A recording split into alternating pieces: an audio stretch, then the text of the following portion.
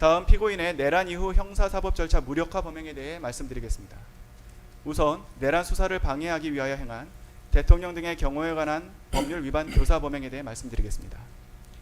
대통령 경호처 소속 공무원은 직권을 남용하여서는 아니 되고 대통령 경호처 차장 김성훈은 경호처 소속 공무원에 대한 지휘 감독 권한이 있는 사람입니다.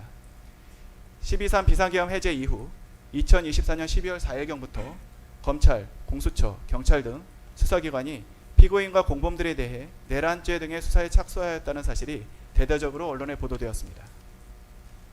그러자 피고인은 12월 7일경 대통령 경호처 차장이었던 김성훈에게 연락해서 수사받고 있는 그 세 사람의 단말기 그렇게 놔둬도 되느냐, 비아폰이 누군가의 손에 들어가서 함부로 쉽게 볼 수 있으면 그게 비아폰이겠냐, 쉽게 볼 수 없어야 비아폰이지, 조치해라, 그래서 비아폰 아니냐라고 말하면서 내란 우두머리 등 형사사건의 공범인 국군 방첩사령관 여인영, 수도방위사령관 이진우, 육군 특수전사령관 곽종근 이상 3명의 비아폰을 수사기관이 볼 수 없게 조치하라고 지시했습니다.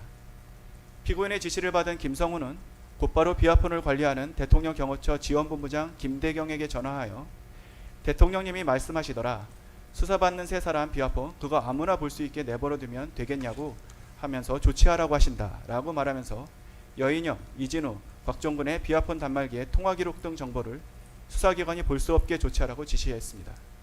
그러나 김대경이 조치를 계속하지 않자 12월 16일까지 계속해서 수차례에 걸쳐 접속 차단 조치를 해라, 내가 하라고 한 거 왜 안 하냐, 그냥 시키는 대로 하란 말이야, 왜 이렇게 말을 안 들어 등의 말을 하며 같은 지시를 계속하였습니다.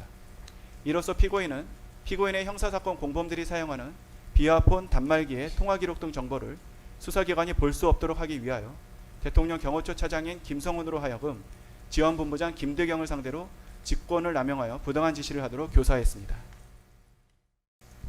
다음으로 비아폰 통화 내역 삭제 지시 관련 공소사실 문제점에 대해서 말씀드리겠습니다.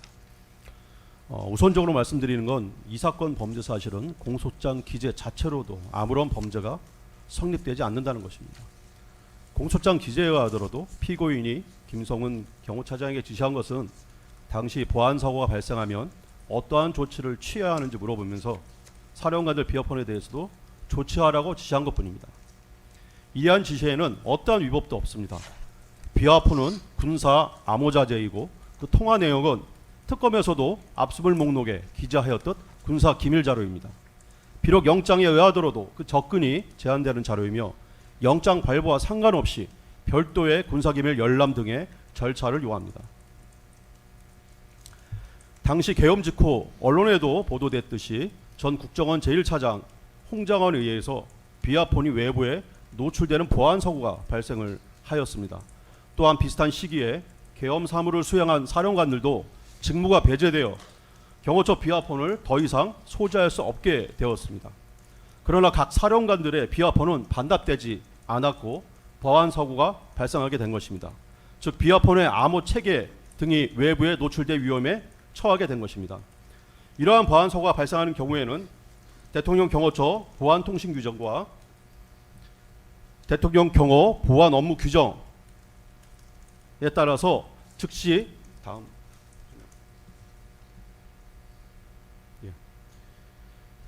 인가를 해제하고 인가제의 접근을 막으라는 조치를 취해야 합니다.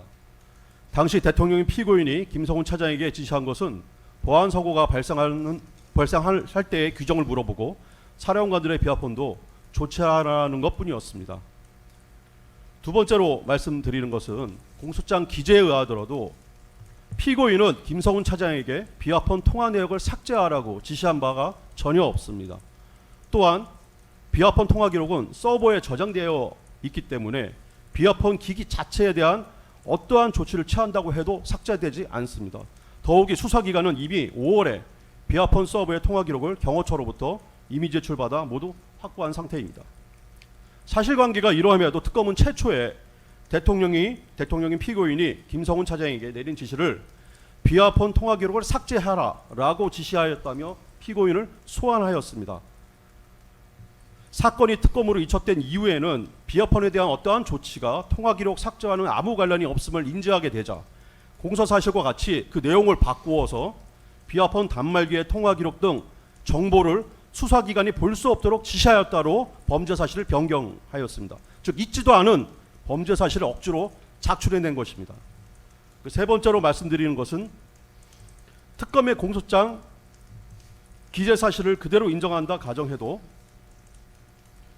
피고인에 대한 범죄가 성립되지 않습니다.